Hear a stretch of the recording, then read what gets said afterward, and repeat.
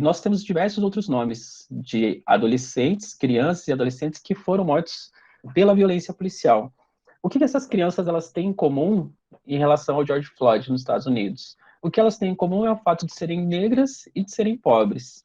Então, isso é um aspecto, esse é um aspecto muito relevante para a gente entender essas relações de violência, e essas relações de violência, então, elas estão inseridas e elas estão, de certa forma, conectadas aí com essa questão racial.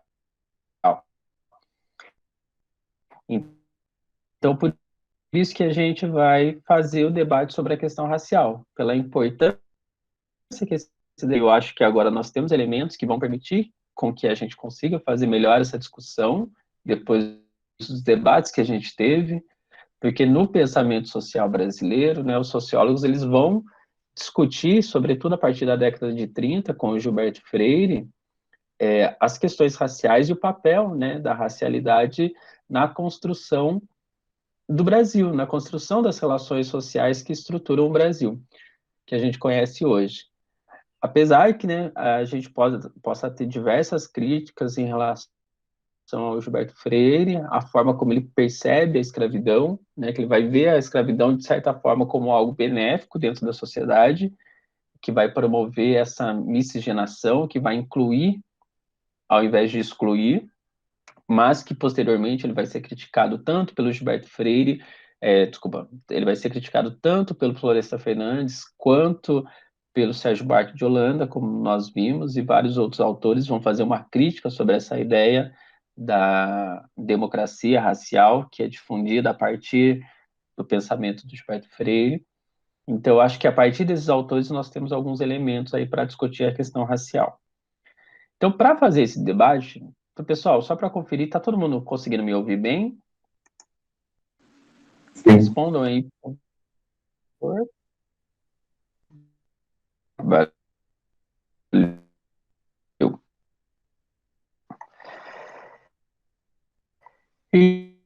Então é o seguinte, antes de falar da questão racial propriamente dita, a gente vai discutir um sem levar em consideração o outro. Primeiro, a ideia do... São três conceitos que a gente vai discutir. A ideia do preconceito, a ideia da discriminação e a ideia da segregação. Então, o que é o preconceito? O que a gente pode entender por preconceito, né? Preconceito, eles são atitudes negativas e desfavoráveis que se baseiam em certos estereótipos, e esses estereótipos, né, eles têm atitudes negativas e desfavoráveis contra esse grupo, cultura ou povo, que é diferente daquele de quem manifesta. O que é um estereótipo? O estereótipo é uma visão superficial da realidade. É uma visão que ela não condiz com a própria realidade. Então, você tem uma pré-concepção de algo, e a partir dessa pré-concepção de algo, você organiza as suas atitudes. E essas atitudes, então, elas tendem a serem negativas e tendem a desfavorecer o grupo ao qual esse preconceito está sendo direcionado. O preconceito não é algo restrito apenas à questão racial. O preconceito ele pode ser uma questão cultural, pode ser de gênero, pode ser de faixa etária, pode ser étnico. Então, há diversos desdobramentos em relação à ideia do preconceito. O que é a discriminação? A discriminação é quando nós pegamos essas atitudes negativas, desfavoráveis, e transformamos elas em ação prática. E essa ação prática, ela tende a negar a igualdade de tratamento entre os indivíduos, ou grupos, ou instituições. Desculpa, ou os grupos. Um aspecto que é específico da ideia da discriminação. A discriminação, ela ocorre através de indivíduos, grupos e instituições, ou seja, as instituições sociais que estruturam a nossa sociedade, elas podem ser ou elas são, né, discriminatórias. Então, elas negam a igualdade aos diferentes grupos sociais, aos diferentes indivíduos, e pelo fato da discriminação ser uma ação prática, é possível que a gente consiga mensurar, ou seja, a gente consegue medir como ocorre a discriminação dentro da sociedade. E assim como o preconceito, a discriminação ela ocorre de diversas formas. Pode ser de gênero, pode ser cultural, pode ser étnica, pode ser racial. Então, você tem diversos desdobramentos da ideia de discriminação. Um exemplo que a gente pode pegar de como a ideia da discriminação ela pode ser algo mensurado é através das disparidades salariais. Você comparar, por exemplo, o salário dos homens com os salários das mulheres na média do país, né? Na média nacional, quantos homens recebem e quanto as mulheres recebem.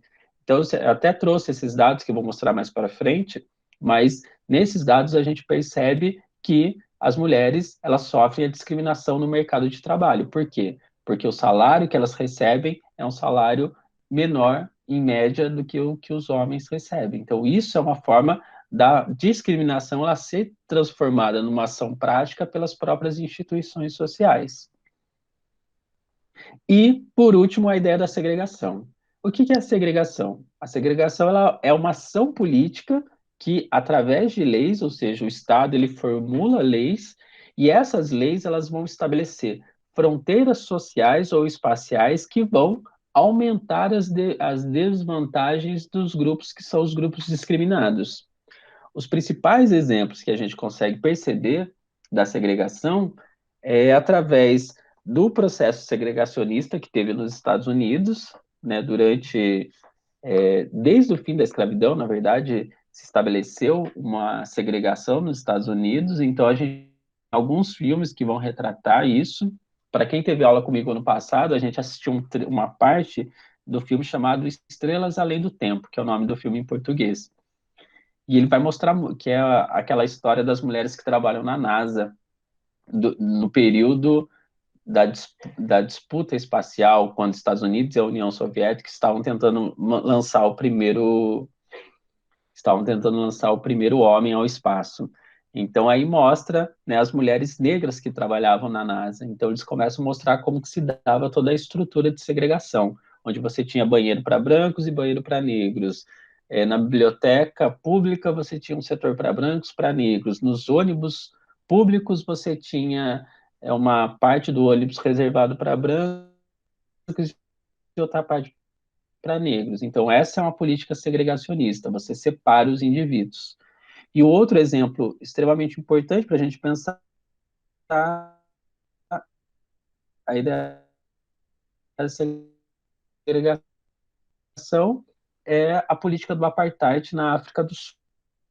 Né? Na África do Sul, a política do apartheid era tão forte que ela deveria usar porque em quais regiões da cidade os negros morariam e quais funções sociais eles exerceriam, né? No que eles poderiam trabalhar e no que eles não poderiam trabalhar, por exemplo. Então, isso é uma política de segregação social. Você cria uma fronteira social, você estabelece quais são espaços que cada grupo social, nesse caso, através da ideia racial, a gente separa esses indivíduos. Mas a segregação ela ocorre também de acordo com as diferentes etnias, como aconteceu na Índia, por exemplo, com as etnias existentes dentro dos leitos, o preconceito, a discriminação e a segregação, que apesar de serem conceitos distintos, eles são conceitos que estão extremamente interrelacionados uns com os outros. Ok? Alguma dúvida em relação a isso, gente? Alguma questão? Não? Falem comigo, por favor. Tá todo mundo me ouvindo?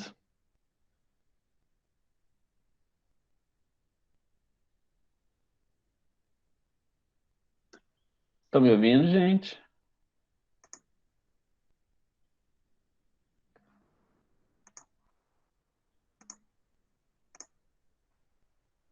Então tá. Voltando, voltando para a apresentação aqui. Então agora, pessoal, a gente vai fazer uma discussão sobre a ideia do conceito de raça. E a partir dessa discussão sobre a ideia do conceito de raça, eu vou me basear num autor chamado Kabengele Munanga. O Kabengele, ele é um congolês radicado no Brasil, ou seja, ele vive no Brasil há muitos anos, ele é professor da USP, e ele trabalha com as questões raciais, ele discute as questões raciais, e ele também, inclusive, já deu várias palestras aqui na UEL. Então, ele é uma referência nacional nas discussões raciais aqui no Brasil. O Kabengele, ele vai escrever um artigo Racismo, Identidade e Etnia. Se você pôr no Google, esse artigo está disponível aí. Nesse artigo, o Kabengele ele vai traçar como que se desenvolveu no decorrer do tempo o conceito de raça e como que o conceito de raça ele é abordado hoje dentro das ciências sociais. Então, vamos lá. Primeiramente, segundo a perspectiva do Kabengele, o conceito de raça, na verdade, ele surge primeiramente na botânica e na zootecnia para diferenciar as diferentes espécies de plantas e as diferentes espécies de animais. Depois, no caso da botânica, esse conceito de raça ele passa a ser, né, eles passam a não utilizar mais esse conceito de raça, mas na zootecnia esse conceito ainda permanece. Na sociedade humana, o conceito de raça ele é transferido para identificar a sociedade humana na Idade Média. Então, o objetivo, num primeiro momento, era você diferenciar as classes sociais. Quem era nobreza e quem eram os servos dentro da sociedade, você utilizava a partir do conceito de raça. Contudo, após o processo das grandes navegações, ali no século XV, século XVI, você tem o descobrimento das novas terras, né? E a partir disso você também tem um contato com esses novos povos. Então, a utilização do conceito de raça veio para diferenciar esses povos dessas novas terras aí, até então desconhecidas pelos europeus navegantes. Então, o conceito de raça ele é transposto para a gente entender a variabilidade humana. Só que esse conceito de raça também, ele não é um conceito homogêneo, e ele não é um conceito estático, é um conceito que sempre esteve em constante mudança. E como que se dá essa mudança? Primeiro, o Camingue ele vai falar o seguinte, sobretudo a partir do iluminismo, quando o conceito de raça ele começou a ser utilizado como uma ferramenta científica para explicar a variabilidade humana, houve também nesse processo uma hierarquização das raças. Então a gente passou a hierarquizar as raças como as mais evoluídas, as menos evoluídas. A partir da hierarquização das raças, surgiu aquilo que o Kabengele vai chamar de racialismo, que é justamente você dividir os seres humanos ou identificar a diversidade humana a partir da ideia da raça, só que a partir de ideia de raças hierarquizadas, umas melhores, outras piores. Então, como que a ideia de raça ela era entendida no decorrer aí do tempo? No século XVIII, o que definia a raça era exclusivamente a cor da pele.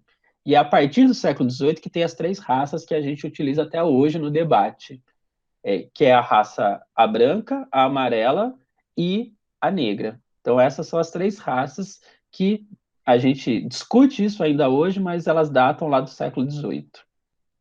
Depois, já no século XIX,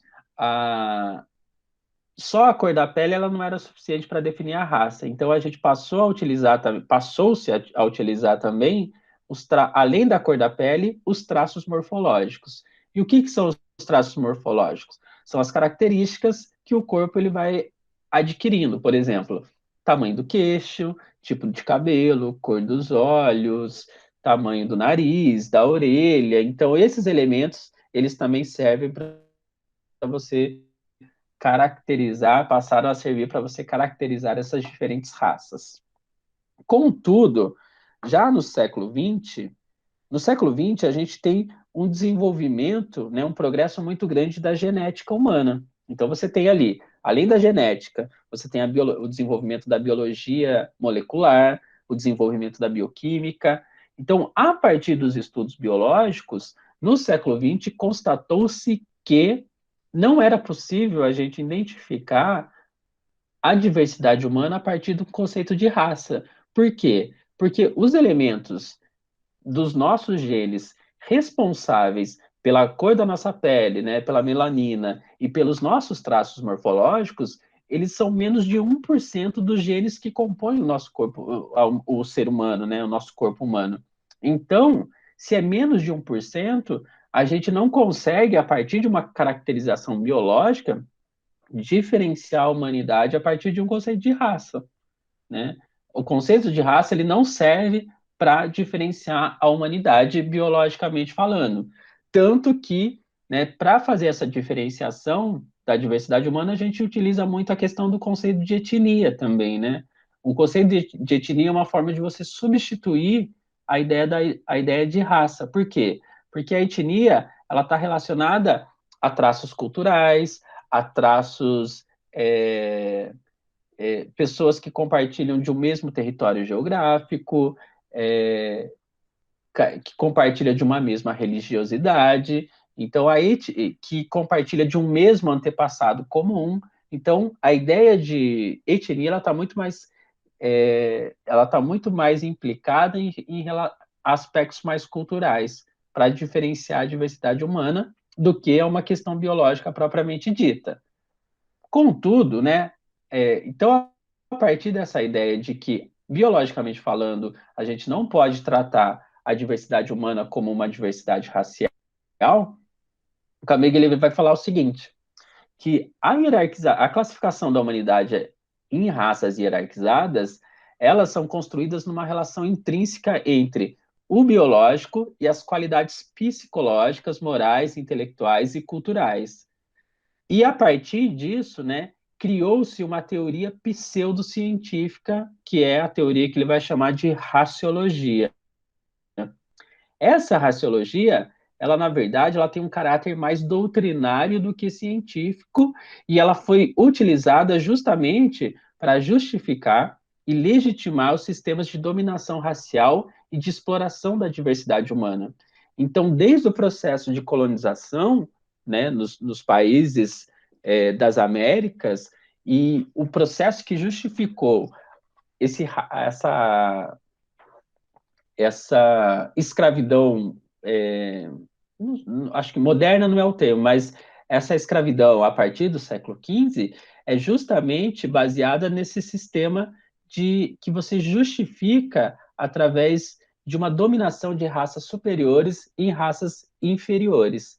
Então, isso é aquilo que o Camille vai chamar de raciologia, ou seja, é uma teoria pseudocientífica, ela não tem um pé na ciência, mas é uma forma que a gente tem de para fazer com que a sociedade aceite que há grupos diferentes, racializados, e uns mais evoluídos e outros menos evoluídos. Nesse processo, então, como que a gente entende o conceito de raça? O Camille ele vai falar o seguinte, né, que o conceito de raça, na verdade, é um conceito carregado de ideologia. E essa ideia de ideologia é pegando na ideia marxista mesmo do termo. O que é ideologia, segundo uma perspectiva marxista? A ideologia é uma forma de você camuflar os conflitos existentes dentro da sociedade. Ou seja, é uma forma de você camuflar a realidade como ela é de fato. Então, você esconde os conflitos existentes. A raça, ela tem uma característica muito ideológica, por quê? Porque ela camufla as relações de poder e de dominação dentro da sociedade. Então, através do conceito de raça, eu escondo que há uma relação de poder e há uma relação de dominação dentro da sociedade. Nesse sentido, e aí tem um outro aspecto que é importante. A ideia de raça não é uma ideia estática, ela é uma ideia que se modifica de sociedade para sociedade. E essa ideia de raça, ela então ela é determinada pela estrutura global da sociedade, ou seja, como a sociedade ela se organiza e pelas relações de poder que governam determinada sociedade. Tanto que, se a gente for pensar, durante, né, o nazismo na Alemanha, por exemplo, os judeus eles eram tratados como uma raça inferior. E só que os judeus alemães eram brancos. Então, assim, a questão da raça, ela não é uma questão que a gente define única e exclusivamente pela cor da pele ou pelos traços morfológicos. Você tem aí elementos que implicam na definição das raças que estão relacionados à própria estrutura da sociedade na qual a gente está se referindo. Então, mesmo os judeus sendo brancos, eles eram considerados ali uma raça inferior dentro da sociedade alemã aí do começo do século XX, né? Então, essa ideia de raça, ela não é uma ideia fixa, ela é uma ideia que se modifica de acordo com a estrutura de cada sociedade na qual ela é utilizada. Nesse sentido, né, essas relações de poder e dominação e essa alteração que a gente tem sobre a ideia de raça leva àquilo que a gente conhece por racismo. E o que é o racismo, então? O racismo é uma ideologia que essencializa e hierarquiza a diversidade humana. E ao fazer isso, né, ele estabelece uma relação intrínseca entre as diferenças biológicas e as diferenças culturais, intelectuais, morais e comportamentais, criando, né, aquilo que a gente vai chamar então de raças superiores e raças inferiores. Então, assim como, né, no Brasil se estabeleceu um racismo a partir da, do processo de escravidão, na Alemanha, por exemplo, a gente teve um racismo no começo do século XX em relação aos judeus, né? Uma política racista. A política nazista era uma política racista. Isso é interessante porque ela implica na nossa sociedade até os dias de hoje. Se a gente for pensar, teve uma fala do atual vice-presidente, mas na época ele era candidato apenas, né? Que ele vai falar sobre o negro, o índio e o branco, né? Como que cada um deles, qual foi o papel de cada um deles para a formação do Brasil? Então, na época, antes mesmo das eleições, ele fala a seguinte frase, deixa eu ver se eu acho aqui para vocês, só para...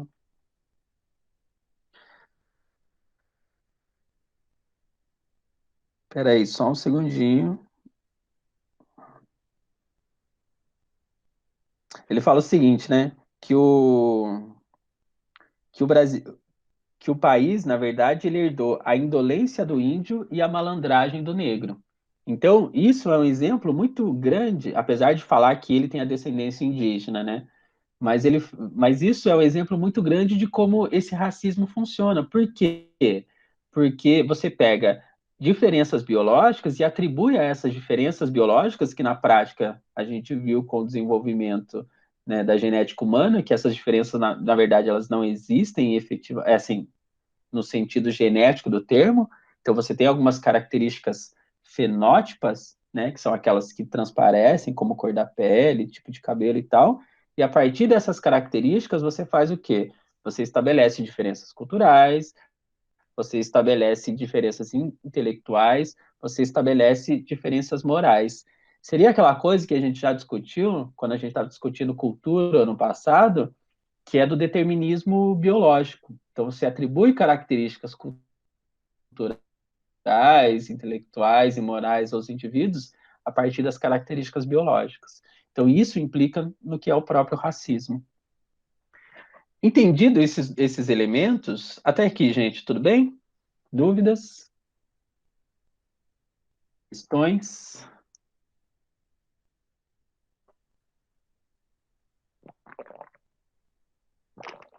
Agora que eu vi o comentário da Eduarda aqui, exato, Eduardo, o filme Green Book, ele trata também um pouco dessas questões. Pessoal, até aqui, ok? Alguma dúvida? Questões? Traumas? Respondam, por favor. Falem comigo. Vocês estão me ouvindo? Perfeito. Então vamos lá, gente. Seguinte. Aqui é uma. A xenofobia seria uma forma de preconceito, discriminação ou segregação? Então, a xenofobia, Kevin, ela por si. Então, a ser os três, né? Um exemplo, a xenofobia em si, ela é um preconceito, né? Ou seja, você tem uma aversão contra estrangeiros. Então, isso é um preconceito. Mas, a partir do momento que você torna esse preconceito numa ação prática, você está sendo discriminatório. Ou seja, você já tem uma aversão em relação ao imigrante. Então, o imigrante, se ele vem para o país, ele vai começar a exercer as piores profissões e vai receber os menores salários dentro da sociedade. Isso é uma forma de discriminação. Agora, se o Estado cria uma política pública que separe esses indivíduos do resto da sociedade, aí seria uma da questão racial, a gente não teve uma segregação enquanto política pública. Nunca houve uma lei no Brasil que separou brancos e negros. Tanto que a gente vive num país miscigenado, coisa que dificilmente você vê nos Estados Unidos ou na África do Sul, que foram países que tiveram políticas que separaram efetivamente. Então, só, só que há uma segregação, entre aspas, no sentido de que você não existe uma lei efetiva que separe esses indivíduos dentro da sociedade, mas são estabelecidas certas fronteiras dentro da sociedade quando você restringe determinados grupos sociais a determinadas áreas da sociedade. Então, você faz com que esses indivíduos eles morem em determinadas regiões e, entre aspas, aí não se misture com os outros. Então, há, de certa forma, uma segregação. Não uma segregação validada pelo próprio Estado, mas há uma separação dentro da sociedade. Quando você acaba fazendo com que certos indivíduos, né, eles sejam distanciados dentro da própria sociedade. Então, a xenofobia ela pode vir a ser os três em algum determinado momento. E agora tem uma questão que é. Ah, tá. O Kamegele Nanga também ele vai falar de um conceito que é bem interessante, que é a ideia do racismo de origem e a ideia do racismo de marca. O que seriam essas duas coisas? Né? Alguns autores também vão abordar a ideia do preconceito de origem ou preconceito de marca. O preconceito de origem é aquilo que a gente, ou independentemente da cor da sua pele, independentemente dos seus traços morfológicos, o que vai caracterizar a sua raça é a sua própria ascendência, a sua própria descendência, né? Então, se você é filho de negros, você é considerado negro. Se você é filho de latinos, você é considerado latino, independentemente da sua cor. Diferente do que ocorre no Brasil, que no Brasil a gente tem o racismo de marca. Por quê? Porque no Brasil, quem sofre mais preconceito é o indivíduo que traz na própria pele as características da sua raça. Ou seja, se você é negro no Brasil, você está mais sujeito a sofrer preconceito do que uma pessoa que tem a pele branca. Tanto que, não sei se vocês lembram, e olha como isso é interessante, como o preconceito ele se dá através das próprias instituições. Teve um ano que a Rede Globo de televisão ela fez aquele concurso para definir quem seria a Globeleza, né? Que é aquela mulher que dançava nas propagandas do carnaval, que eu acho que hoje não deve ter mais. E aí foram várias dançarinas de várias regiões do Brasil participar desse concurso.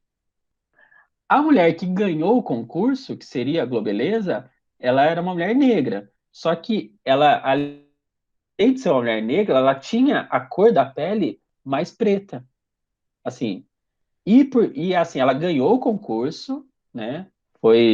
Só que ela não foi a Globeleza. Ou seja, o concurso era para definir quem era a Globeleza, mas ela ganhou o concurso e não foi a Globeleza. Quem foi a Globeleza naquele ano foi também uma mulher negra, só que tinha uma pele mais clara. Ou seja, então você tem no Brasil, assim, né, você tem esses graus. Quanto mais escura a sua pele, no caso do racismo, a tendência de você sofrer preconceito ou discriminação é maior. Quanto mais clara a sua pele, a tendência que você tem de sofrer o preconceito, a discriminação, ele acaba sendo menor. Então, isso seria a ideia do racismo de marca. Né? O preconceito que você sofre está relacionado à sua própria aparência. Então não basta você ser negro, ou você pode ser negro com uma cor da pele mais escuras e os e você pode ser negro com a cor da pele mais clara. Tanto que, se vocês pensarem, né, uma pessoa negra que tem a pele mais clara, há uma tendência de não chamar essa pessoa de negra, você chamar ela morena. Ela não é negra, ela é morena. Ou seja, porque o tom de pele dela é um pouco mais claro. E é isso mesmo, Mariana, né? Os mais retintos são os mais discriminados dentro da nossa sociedade. E isso leva a um aspecto muito importante que a gente pode discutir, que é a ideia do racismo estrutural, né? O que é o racismo estrutural que tanto se fala? O racismo estrutural, ele é um processo, na verdade, porque assim, o racismo estrutural ele não é só uma atitude consciente, ele ocorre também de maneira inconsciente dentro da sociedade. Por quê? Porque o racismo estrutural ele é um processo que reproduz as condições sociais, políticas, jurídicas e econômicas dentro da sociedade que vão criar negros e brancos e os colocar em posições antagônicas dentro da estrutura social. Ou seja, esse racismo ele estrutura as relações sociais de maneira desigual, enquanto funcionamento normal da vida cotidiana. Isso quer dizer que a forma como a sociedade ela é estruturada, ela reproduz as relações sociais, que são relações sociais desiguais, como se elas fossem, na verdade, relações sociais normais. Então, o racismo estrutural, ele normaliza as desigualdades existentes dentro da própria sociedade. De que forma? Através da própria estrutura da sociedade. Então, quando a gente fala do racismo no Brasil, ou da discriminação racial no Brasil, a gente não está falando de comportamentos que são considerados como desvios de comportamento ou que são considerados comportamentos patológicos dentro da sociedade. Quando a gente está falando do racismo, são comportamentos que eles não são só considerados normais dentro da sociedade, como eles são reproduzidos pelas próprias instituições que estruturam a nossa sociedade. Então, o racismo no Brasil não é considerado um desvio de comportamento, ele é considerado um comportamento. Ela a ideia do racismo estrutural a partir de três elementos: o econômico, o elemento político e a ideia da subjetividade. Por que a ideia da subjetividade ela é importante? Porque a ideia da subjetividade que vai constranger os indivíduos, o racismo estrutural, ele se impõe aos indivíduos. Como que a gente pode pensar isso, né? Um exemplo que a gente pode pegar é a relação que pessoal, para fazer essa discussão sobre o racismo estrutural, eu estou me baseando aqui ele é formado em direito e é filósofo também, professor nos Estados Unidos, mas é brasileiro, que é chamado Silvio Almeida. Não sei se vocês já conhecem, mas ele escreve um livro chamado Racismo Estrutural. Então é bastante interessante. Se vocês colocarem no YouTube, tem várias entrevistas dele. Então ele é um cara muito bom que faz essa discussão sobre o racismo estrutural. O que o Silvio Almeida, por exemplo, né, numa das falas dele, ele usa como exemplo? Ele fala assim, para a gente pensar como que o racismo se estrutura dentro da sociedade. É, um exemplo é você pegar a relação que se dá entre as mulheres negras e o sistema tributário. As mulheres negras no Brasil, elas são as mais prejudicadas pelo sistema tributário. Por quê? Porque a forma como o sistema tributário ele se estrutura, ele se organiza, ele atinge mais as mulheres negras. Por que ele atinge mais as mulheres negras? Porque se a gente for pegar na escala salarial brasileira, as mulheres negras elas estão na base da pirâmide salarial, ou seja, elas são as que menos recebem. Por ser as que menos recebem, elas são as que menos consomem. Então, o sistema tributário, ele é o sistema que taxa os produtos. Se as pessoas que ganham menos, elas vão consumir menos, a maior parte do dinheiro delas, de certa medida, acaba indo para pagar impostos. Então, elas são as pessoas que mais pagam impostos devido ao seu consumo. E isso tem várias implicações. Por exemplo, por receber menos, por consumir menos, as condições de vida dessa população é uma condição mais precária. Essa população, ela está sujeita a viver em espaços de maior vulnerabilidade social. E por estar sujeita a viver em maior áreas de vulnerabilidade social, por sofrer mas com certas deficiências, né, com certas faltas de determinadas coisas, alimentação, condições de saneamento, por exemplo, elas também estão submetidas ao maior índice de violência. Então, ou seja, a forma como o sistema tributário ele é estruturado, ele implica em toda uma rede de acontecimentos que vai implicar diretamente na vida dessa população. Então, as mulheres negras, elas acabam sendo as mais impactadas, porque elas são as que menos recebem. E isso tem aspectos bastante importantes. Eu trouxe uns exemplos para a gente pensar esses elementos e fazer uma comparação. Comparar, no caso, brancos e negros, né? Vamos pegar a violência contra as mulheres. No ano foi feito, né? Acho que foi no último, se eu não me engano. Não, não foi no último, não. Fizeram uma pesquisa, não sei se foi o IBGE que fez essa pesquisa ou foi o Atlas da Violência, mas ele fez a pesquisa do ano de 2013 ao ano 2013. Nesse período, a gente tem aqui, em relação às mulheres brancas, o índice de violência contra as mulheres ele diminuiu 9,8% no período.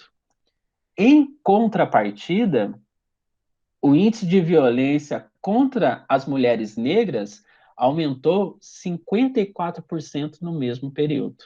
Por quê? Porque há uma estrutura social que permite que isso ocorra, que não só permite, como implica na ocorrência desse tipo de violência.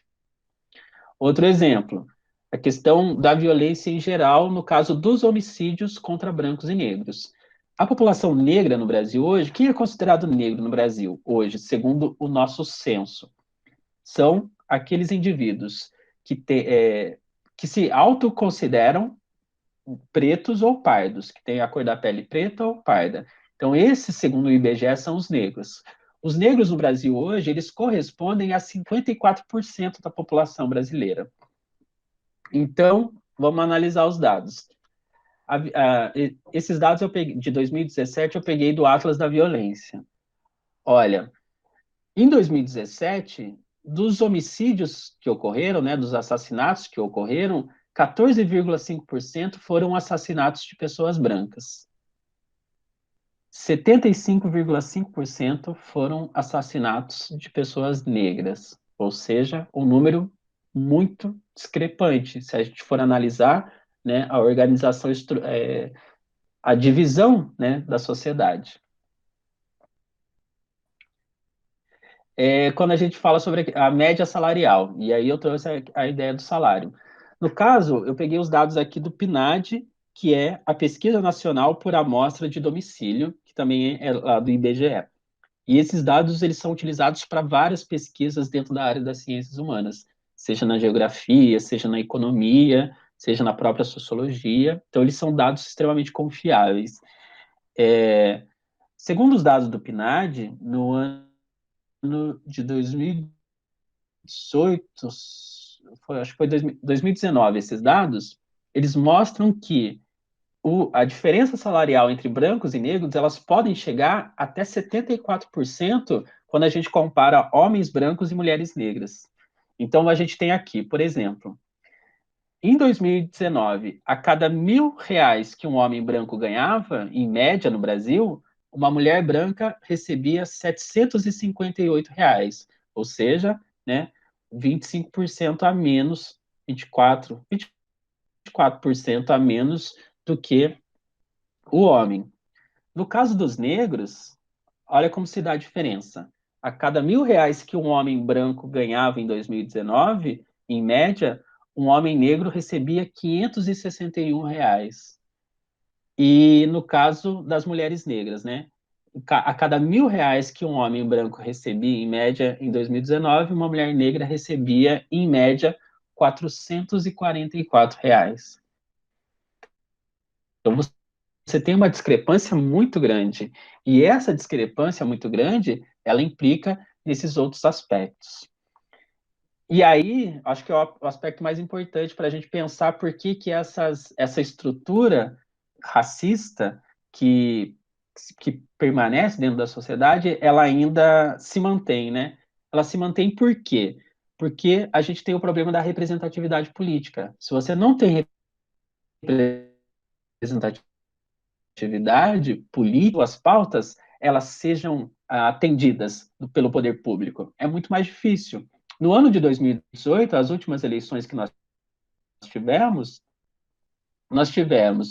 73% dos eleitos para os cargos do Executivo Federal e Legislativo Federal e estaduais, 73% foram ocupados por brancos. E, no caso, 27% foram ocupados por negros. Ou seja, de uma população que é hoje 54% da população nacional, tem uma representatividade política de 27%. E se a gente fosse separar esses 27% entre pretos e pardos, a representatividade política daqueles que se autodeclaram pretos é de 4%, né, segundo as eleições de 2018, aqueles que foram eleitos. Então a gente tem aí, né, uma defasagem muito grande. E aí, um ponto que é extremamente importante a gente levar em consideração. Primeiro aspecto, essa ideia do racismo estrutural, ela não implica só na análise do racismo. A gente pode analisar, por exemplo, o machismo a partir dessa ideia estrutural. Tanto que a gente pode pegar como exemplo aqui os dados em relação à violência, né, em relação à questão salarial, por exemplo, né? As mulheres, elas, em geral, elas recebem muito menos do que os homens. Então, por quê? Porque há uma estrutura que organiza a sociedade que é uma estrutura machista, patriarcalista, que implica nessa discriminação e nessa defasagem, né, do que os homens têm e do que as mulheres têm dentro da sociedade. Um aspecto importante que a gente pode analisar. Por exemplo, nós temos uma lei que é a lei criminal, né? Então, se você comete um homicídio, você tem que pagar por esse homicídio que você cometeu. Como um crime, é um crime. Contudo, a ideia do homicídio em si, ele não atende à questão das mulheres. Por quê? Porque em 2018, né, o Brasil ele teve que criar uma lei que é a lei do feminicídio, para tentar respaldar as mulheres que sofrem violência. Porque o tipo de violência e assassinatos aos quais as mulheres são submetidas não é o mesmo tipo de assassinato ao qual os homens eles são submetidos. Então, o Estado teve que criar uma lei para tentar respaldar o tipo de violência e tentar, né, com isso, combater o tipo de violência que as mulheres vêm sofrendo dentro da sociedade, porque é uma violência relacionada ao próprio gênero, não é uma violência comum que qualquer indivíduo está sujeito dentro da sociedade. As mulheres elas estão mais sujeitas em relação aos homens. Dois pontos para a gente poder finalizar a aula. Primeiro deles, a gente viu que, biologicamente falando, a raça ela não é um elemento que serve para a gente poder caracterizar a diversidade humana. Mas por que, então, na sociologia, nas ciências sociais, a gente continua falando sobre raça? Porque a ideia de raça, na verdade, é uma categoria social que representa a própria ideia de dominação e exclusão. A sociologia ela cria a raça para definir uma categoria social que está submetida a uma condição de dominação e a uma condição de exploração. Então, a gente utiliza o conceito de raça dentro da sociologia, por quê? Porque o conceito de raça, ele se refere a uma realidade social e uma realidade política de certos grupos sociais. Então, por isso que ele é discutido dentro da sociologia. Apesar de, biologicamente falando, ser errado a gente classificar a humanidade a partir de raça, sociologicamente falando, a gente pode utilizar o conceito de raça, por quê? Porque nós estamos falando de relações de dominação e relações para a gente poder finalizar. Eu trouxe um gráfico também, gente, que eu acho bem interessante, que mostra, né, o período da escravidão no Brasil e o período de não escravidão no Brasil. Só para a gente pegar como exemplo, a faixa em vermelho é o período de escravidão no Brasil, a faixa em amarelo é o período de não escravidão no Brasil. Aí, ó, em 1934, os negros tiveram o direito ao voto. Só que, lembrando, de 1934 até os dias de hoje, a gente teve dois períodos ditatoriais, né? A ditadura do Estado Novo, de Vargas, e depois a ditadura militar, de 64, que foi até 85. Ou seja, nesse período todo, né, os negros não puderam participar do processo político, votando. Então, né, e então a gente tem assim um período muito restrito de participação política dessa população. E aí mostra aqui quando começa as políticas de cota nas universidades públicas. Então as políticas de cotas só vão começar em 2002. Então isso dá para vocês analisarem depois. Mas só para a gente finalizar mesmo, porque já deu nosso horário, é importante a gente discutir a questão da interseccionalidade de raça, gênero e classe. Estou trazendo aqui uma autora, uma filósofa também brasileira, chamada Djamila Ribeiro. Se vocês colocarem ela aí no YouTube, vocês vão ver várias discussões extremamente interessantes. Mariana, eu vou disponibilizar os slides lá no Google Classroom. Você vai ver várias discussões interessantes em relação ao que a Djamila tem feito. Inclusive, tem uma live que ela faz junto com o Silvio Almeida, que é o autor que discute racismo estrutural. Se vocês colocarem no YouTube, vocês vão ver lá. Ela vai falar o seguinte: o que é a interseccionalidade?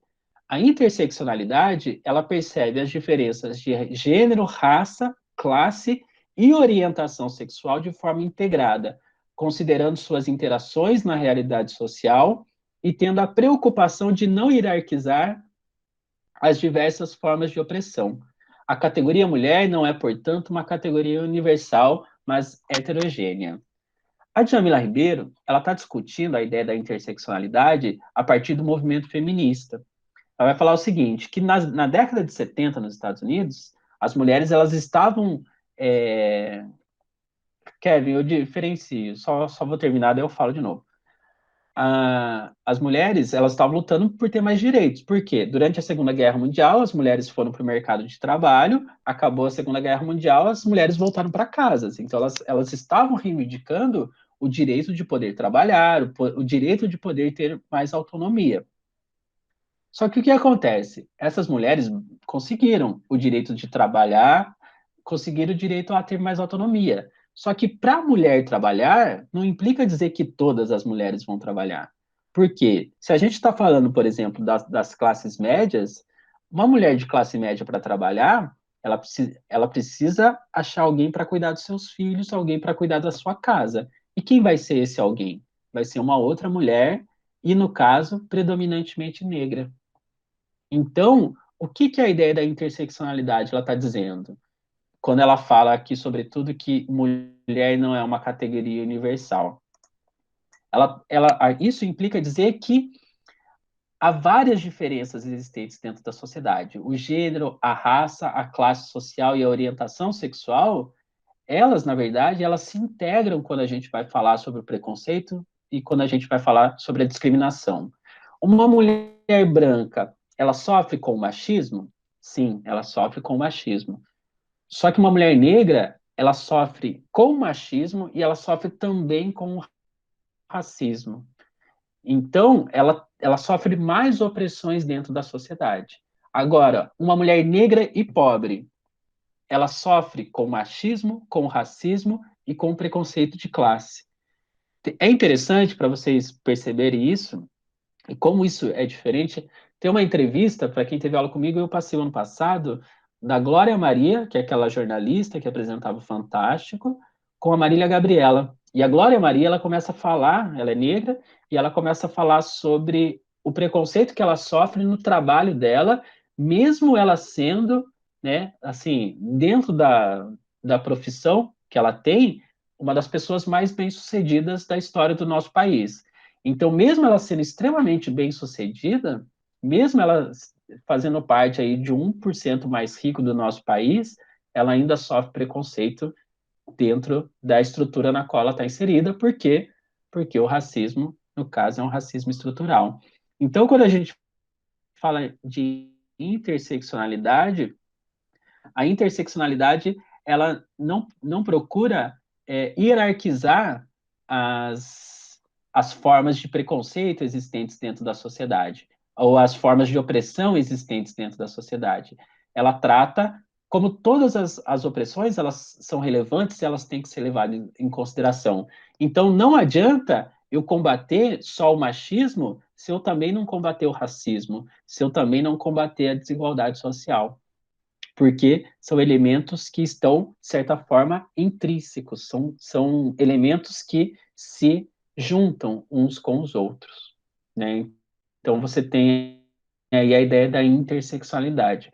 Uma mulher branca, ela vai sofrer mais do que... uma mulher branca, ela sofre com o machismo, mas a mulher negra, ela sofre com o preconceito, com o machismo. Se ela for pobre, ela vai sofrer com a pobreza, e assim consecutivamente. Então, essa é a ideia da interseccionalidade. Voltando a Kevin, então, a ideia do racismo de origem e de marca é o seguinte: por exemplo, meu pai é pardo, né? Então, a minha descendência é, é negra, né? Meu pai é pardo, meus avós são negros. Então, só que a cor da minha pele é branca. Então, nas relações sociais, eu não sofro um preconceito racial, por quê? Porque a cor da minha pele é branca. Porque o que se caracteriza no Brasil é o racismo de marca, ou seja, aquilo que você aparenta ser, as suas características físicas. No caso do racismo de origem, é o racismo no qual o que implica não é aquilo que você aparenta ser, se você é branco, se você é negro. O que implica é a sua própria descendência. Por exemplo, é muito interessante, né? Você pega o. Tem o Rodrigo Santoro, vocês conhecem, né? O ator brasileiro. Ele está fazendo uma carreira internacional, né? Bastante importante, bastante relevante e tal. Só que no Brasil, ele é um homem branco, né? No Brasil, ele é um homem branco. Nos Estados Unidos, os filmes que ele fazia, eu vi uma entrevista dele comentando sobre isso, eram filmes que retratavam sempre o latino-americano, né? como, como mexicano, por exemplo. Então, no Brasil, ele é considerado um homem branco. Só que nos Estados Unidos, ele é considerado um latino. Mesmo ele sendo branco, mesmo, né, ele não tendo mesmo ele sendo branco, né, não tem a cor da pele morena, por exemplo, né, nem um pouco morena. Ele é considerado um latino-americano, porque não importa a sua aparência, o que importa é a sua descendência. Então, se você veio do Brasil, você é latino.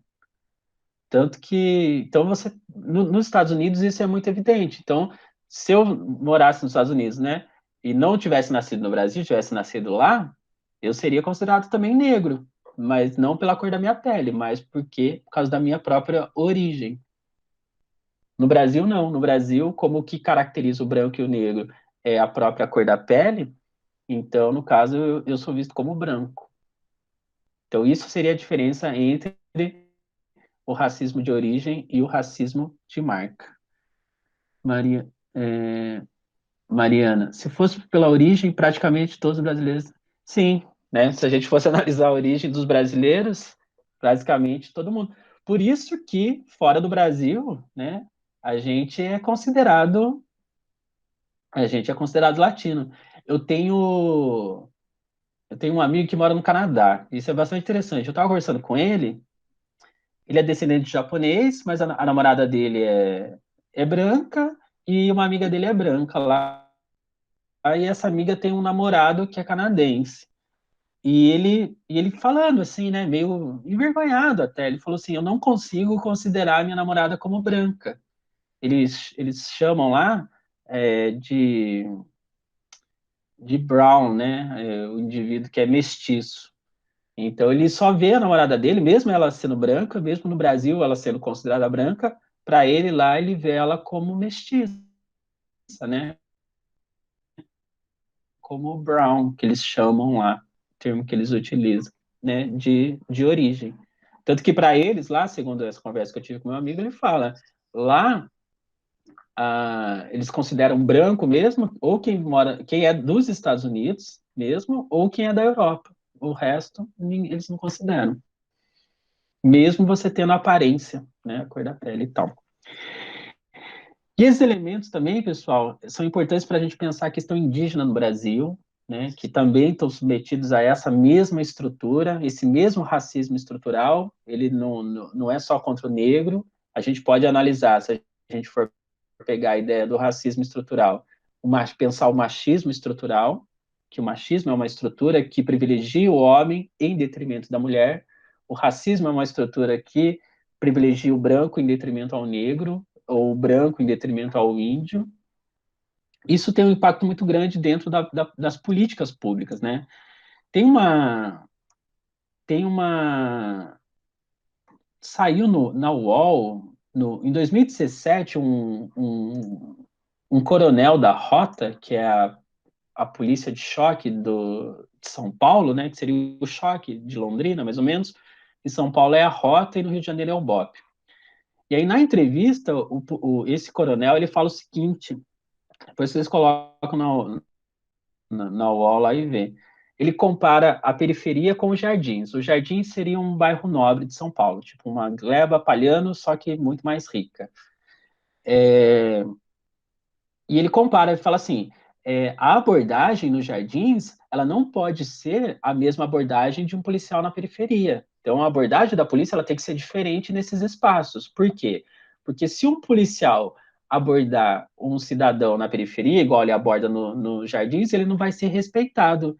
E se ele abordar uma pessoa nos Jardins, como ele aborda na periferia, ele fala, ele vai estar sendo grosseiro com a pessoa que está ali andando. Esse é o termo que ele utiliza, tem até no UOL. E isso demonstra o quanto o nosso racismo é estrutural, porque isso é um padrão de comportamento da própria polícia, né? Então, aquilo que aconteceu nos Estados Unidos com o George Floyd, que não é um caso isolado, já aconteceu diversas outras vezes, acontece no Brasil há muitos e muitos anos. Só que por que não tem a visibilidade que teve? Porque, no caso do Brasil, por viver numa sociedade onde o racismo é estrutural, a perda de vidas negras no Brasil ela acaba sendo naturalizada, né? Tanto que a gente viu os dados ali da violência. 75% dos homicídios, né, de pessoas negras, ou seja, isso não gera uma... Não é que não gera uma insatisfação. Só que quando ocorre, essas manifestações elas acabam sendo manifestações bastante restritas, que ficam nas periferias, onde acontecem esses crimes, mas que acabam, na maioria das vezes, não caindo na grande mídia.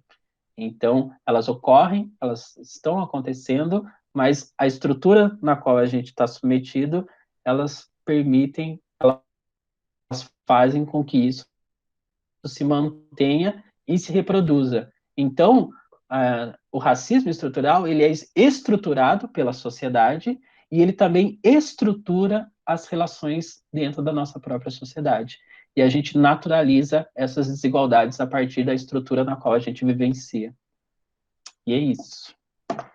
Tá? Quis abordar esse assunto com vocês porque é um tema importante para a gente pensar as nossas relações sociais atuais, né, o Brasil atualmente, e também que é um tema importante que cai em vestibular, pode ser vir a ser tema de redação e tal.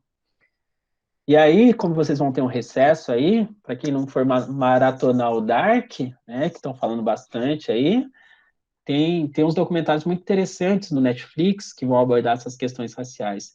Tem um que chama 13ª Emenda, que vai falar sobre a construção do sistema penitenciário nos Estados Unidos após a abolição da escravidão. Então, está muito relacionado.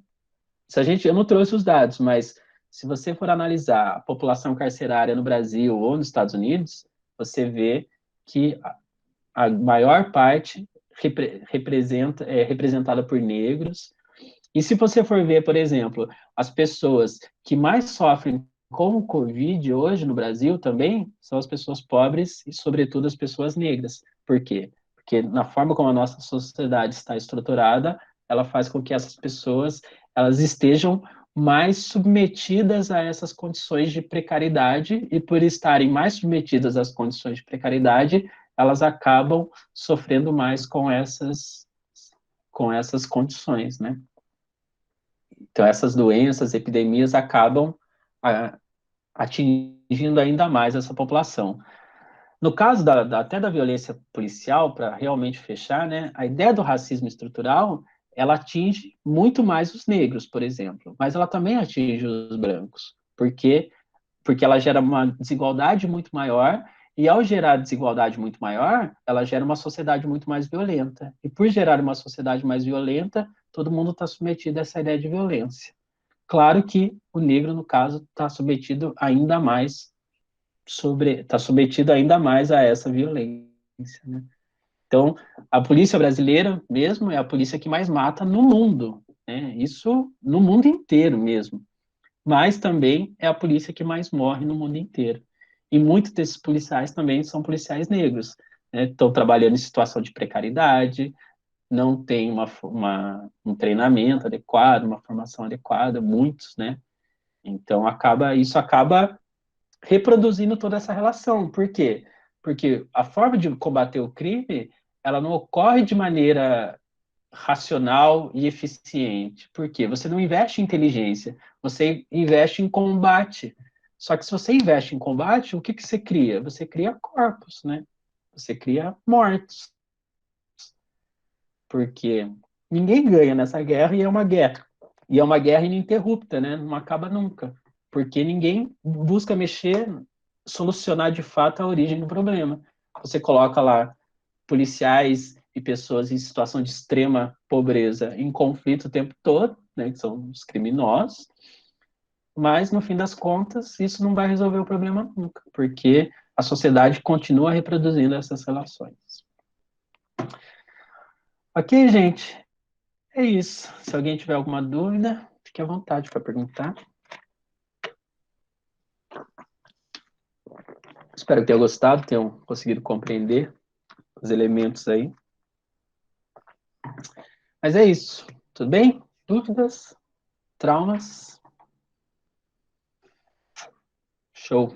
Pessoal, bom recesso aí para vocês, bom descanso. E, e até a volta. Descansem aí, vai, bom assistir. Tem vários filmes legais aí para quem tem interesse nesse debate lá no Netflix. Tem bons documentários e bons filmes que retratam essas questões. E quem não tiver fim, tem o Dark aí, que tá em alta, hein? Não sei se vocês estão vendo, mas.